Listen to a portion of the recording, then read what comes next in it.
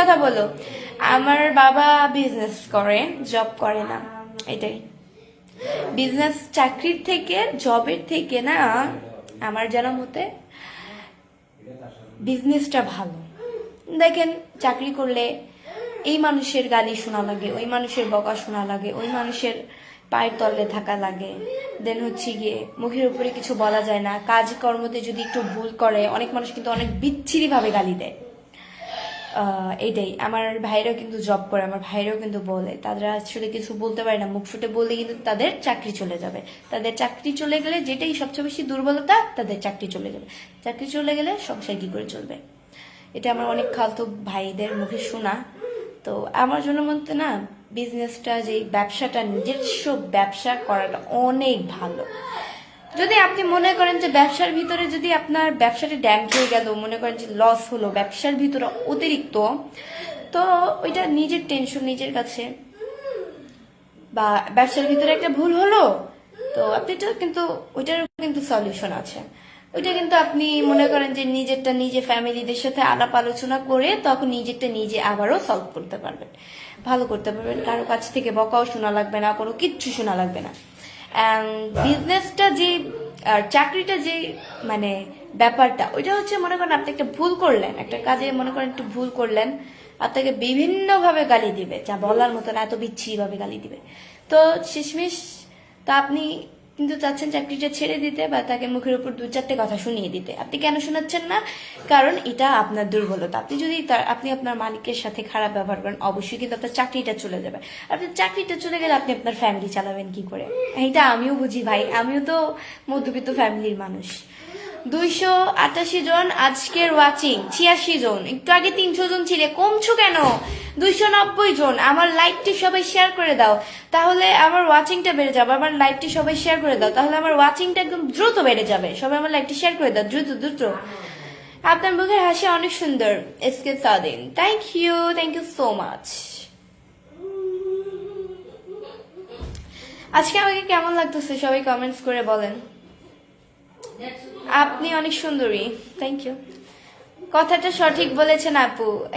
বিপ্রু আমন ঠিক বলেছে ভাইয়া, থ্যাংক ইউ আমার কথায় সম্মত দেওয়ার জন্য। কারণ এইটাই যেটা বাস্তব, আমি সেটাই বলছি। চাকরি অন্যের কথা শুনতেই হবে, না চাইলে শুনতে পারবেন, আপনি না চাইলে কিছু বলতেও পারবেন না। আর ব্যবসা নিজের, ক্ষতি হলে নিজের, লাভ হলে নিজের, লাভের সংখ্যাটা বাড়লে নিজের, লসের সংখ্যাটা বাড়লে নিজের। অন্যের কথা শোনা লাগবে না, বকাও শোনা লাগবে না, এইটাই হচ্ছে মেন। আজকে মুখে পানি দেন নাই কেন? শেখ তানজির ইসলাম ভাই, আমি মুখে পানি দিতে আপনি কিভাবে জানলেন? মুখে এটা আমার অভ্যাস। এই যে এখনো তো ধুয়ে এসছি, বাট শুকিয়ে গেছে। আমার এই জিনিসটা অনেক ভালো লাগে, মুখে পানি দিলে আমার কাছে ভালো লাগে। কার কাছে কিরকম লাগে আমি জানি না।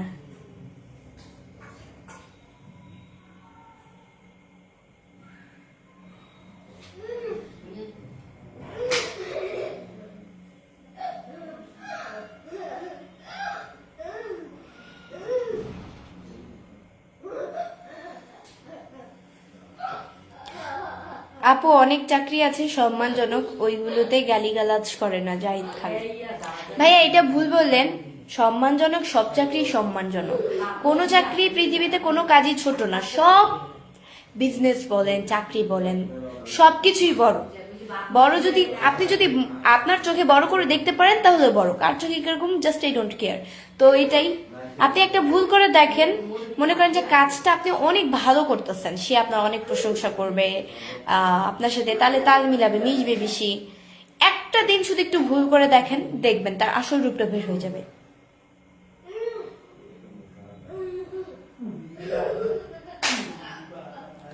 এসকে রানা লিখেছে, আসসালামু আলাইকুম, কেমন আছেন? আলহামদুলিল্লাহ, খুব ভালো আছি। আমার একটা ভাই হচ্ছে,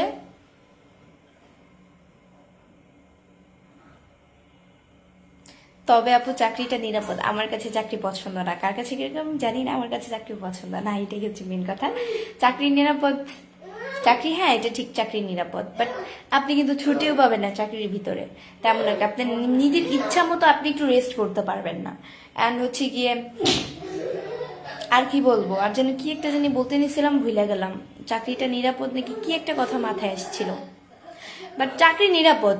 আপনি মনে করেন যে কোনো এক কারণে, অ্যাক্সিডেন্টলি ভাবে কোনো এক কারণে আপনার জবটা চলে গেল, তো এটা কি নিরাপদ? একদমই নিরাপদ না। যতদিন আপনার এই গায়ে শক্তি আছে, শরীরে বল আছে, শক্তি আছে, ততদিন আপনি চাকরিটা করতে পারবেন, থাকবে, আর যতদিন থাকবে না। এটাই হচ্ছে আমার কথা। কেমন আছেন আপু? আলহামদুলিল্লাহ ভালো আছি। আমার জানার মতে বিজনেস ইজ ফাইন, এটাই আমার কাছে মনে হয়, বিজনেসটা ভালো। আমার ব্যবসার প্রয়োজন, চাকরির প্রয়োজন নেই, বাট তারপরও ইনশাল্লাহ দেখি যদি, আমি তো মনে করেন যে এখন ক্লাস 10-এ পড়ি, বলতে বলতেই কিন্তু এসিসি চলে আসবে আমার, তখন কিন্তু আমার অতিরিক্ত চাপ পড়বে। আমি চাচ্ছিলাম মাঝখান দিয়ে, যখন আমি ক্লাস 7-এ পড়তাম বা না 8-এ পড়তাম, তখন আমি ভাবছিলাম যে 3 পিস যে কালেকশনগুলা, ড্রেস কালেকশন নিয়ে আমি বিজনেস করব। আমি যেহেতু সোশ্যাল মিডিয়া পার্সন, দেন আমার তো একটা পাশাপাশি বিজনেস থাকা দরকার। তো আমি চাচ্ছিলাম বিজনেস করব ড্রেস কালেকশন নিয়ে। দেন তখন না আমার মনে হচ্ছে যে আমার প্রতি অতিরিক্ত চাপ পড়ে যাবে। কন্টিনিউ ড্রেস কালেকশন নিয়ে লাইভ করলে কন্টিনিউ লাইভ করা, দেন 3 পিসগুলো কিন্তু সেল হওয়া লাগবে ভালো, এটাই। অ্যান্ড হচ্ছে গিয়ে আর আমার পক্ষে অতিরিক্ত চাপ পড়ে যাবে। আমি পড়াশোনা সামলাবো না আমার ভাই, দাঁড়া আম্মু আস্তে কথা বলো।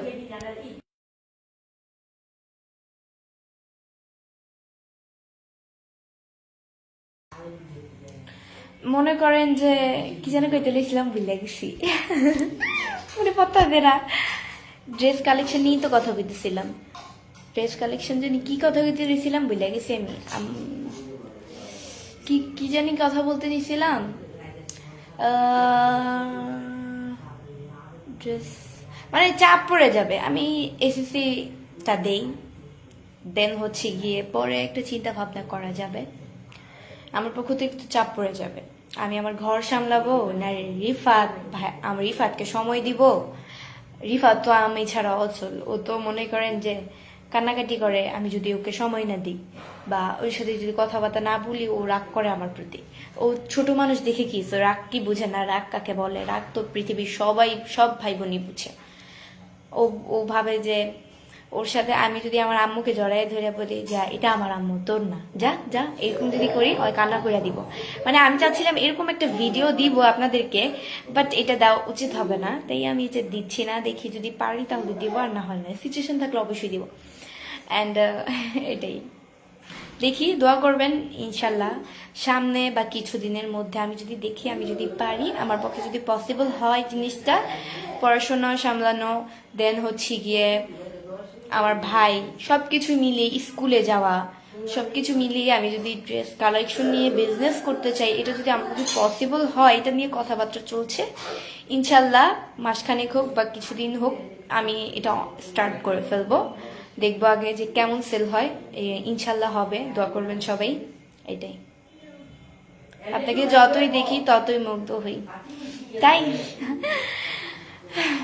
সো গাইস, আজকের মতো এতটুকুই। নেক্সট লাইভ অ্যান্ড ভিডিও দেখার জন্য পেজকে ফলো দিয়ে পাশে থাকো। সবাই ভালো থাকো, সুস্থ থাকো। আমার ছোট পেজ যেটা, দ্বিতীয় পেজ এবি বৃষ্টি ব্লগ, আমার ওই পেজের নাম শুধু এবি বৃষ্টি ব্লগ, অ্যান্ড সাথে কোনো ওয়ার্ড নেই, শেষেও ওয়ার্ড নেই, সেটাই। ওই পেজে সবাই চলে আসো, এটাই।